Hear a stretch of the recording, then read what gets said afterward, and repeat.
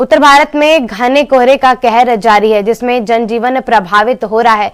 मध्य प्रदेश और पूर्व भारत के ज्यादातर हिस्सों में विशेषकर सुबह और रात के समय घना कोहरा छाया हुआ है। इसके अलावा न्यूनतम और अधिकतम तापमान के बीच लगातार अंतर कम है और मैदानी इलाकों में गलन जो है वो बढ़ती जा रही है। पश्चिम हिमाचल राज्यों में ऊंची चोटियों में बर्फ से सफेद चादर ढकी हुई है और उड़ीसा में कम से कम 9 जगहों पर पारा 10 डिग्री के नीचे पहुंच गया है और अगले 5 दिनों तक इन क्षेत्रों में हल्की बारिश की भी संभावना जताई जा रही है। भारतीय मौसम विभाग के आंकड़ों के अनुसार पंजाब, उत्तर प्रदेश के कुछ हिस्सों में घने कोहरा छाए रहेंगे, जिससे दृश्यता 50 मीटर तक भी कम हो जाएगी। अमृतसर, आगरा, कानपुर वायु स्टेशन और प्रयागराज वायु सेना स्टेशन में दृश्यता शून्य रही और हिमाचल प्रदेश, हरियाणा, पूर्वी मध्य प्रदेश और उत्तरी छत्तीसगढ़ में भी घना कोहरा छाया रहा। वही ओडिशा और इस स्थिति में मौसम में ठंडी जो है वो बढ़ी हुई है।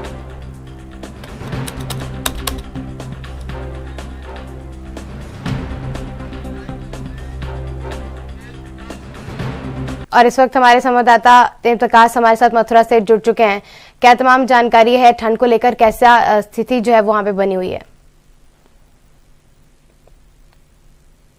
मैं आपको बता दूं, लगातार जो है मौसम नजर आ रहा है और जैसे मौसम का हाल जो नजर आ रहा है, काफी कोहरा यहाँ पर दिखता हुआ है। विजुअलिटी कम है और विजुअलिटी कम होने के कारण जो है हाईवे जो है और बस बहुत ही गाड़ियां बहुत स्लो चल रही हैं और कोहरे की घनी चादर से मैं आपको बता दूं, जो इस सीजन का पहला जब कोहरा पड़ा था तो अभी आपने हाल ही में देखा था यमुना एक्सप्रेस पर इस कोहरे के ही कारण एक हादसा हो गया था, जिसमें बहुत सारी ट्रेजेडी हुई थी और जो है लगातार देखने को मिल रहा है कि विजुअलिटी कम हो रही है, जो ठंड बढ़ती हुई नजर आ रही है और ठंड के कारण जो लोगों को लगातार परेशानी हो रही है। अगर जैसा हम आपको बता दें, दूसरा पहलू इसका ये है कि अगर ठंड नहीं अगर पड़ती है, अगर कोहरा कम पड़ता है तो जो फसलें हैं उनको भी लेकर के जो है किसान जो परेशान रहता है, क्योंकि खून कम होती है और जो इसकी जो खून कम होने के कारण जो है फसलों के रेट बढ़ जाते हैं और जो आम जीवन में जो परेशानियां नजर आती है। जी, तो क्या इस वक्त ठंडी बनी हुई है? क्या मौसम विभाग की एडवाइजरी जो है और स्वास्थ्य विभाग की निकल कर आ रही है इस मौसम खराब होने के मुद्दे पर? लोगों को कैसे एहतियात बरतने के जो सलाह है वो दी गई है?